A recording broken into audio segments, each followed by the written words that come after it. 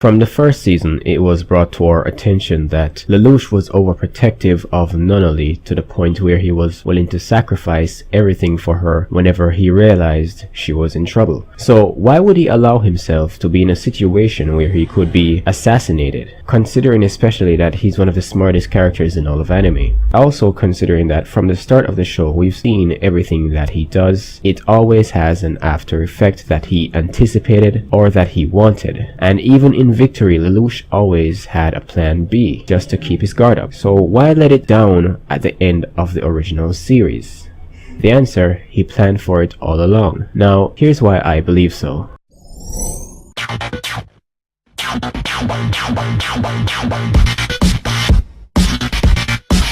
Unique Wisdom 1 here, guys, and welcome back to a brand new video. Given that it was such a great introduction, let's get right into it.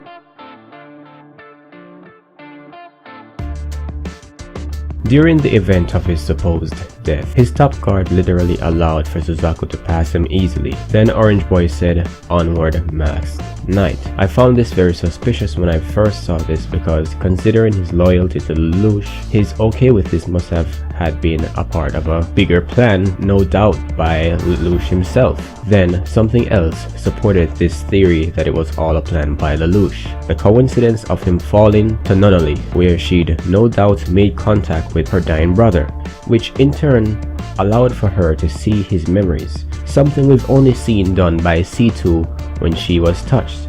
C2 an immortal by having code, which shocked me no doubt because I was excited at the thought of him becoming one himself. And guess what? It ties in perfectly because as I recall, C2 was killed when she gained code herself by a nun who was killed at the same time, who no doubt had it herself. That and the fact that his dad, who shot himself under Lelouch's command, who seemingly died, was suddenly an immortal around the same time his brother, who had code, died. Therefore, if you pay careful attention to the details, two people died and gained code. If Lelouch himself knew this by being told by C2, then he could easily have planned this ahead and put the whole thing in motion after letting Suzaku and Orange Boy in on the plan, and then Nunnally herself by getting to fall next to her after being attacked.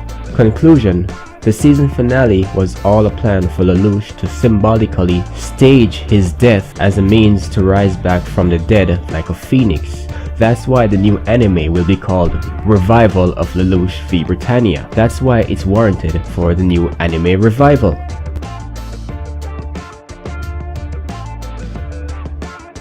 The point of this video is really to get you to grasp that concept, that Lelouch planned the season finale, and to list out the reasons why I believe this is so. After all, he's capable of creating insanely great plans that surprise you once you realize what he's done.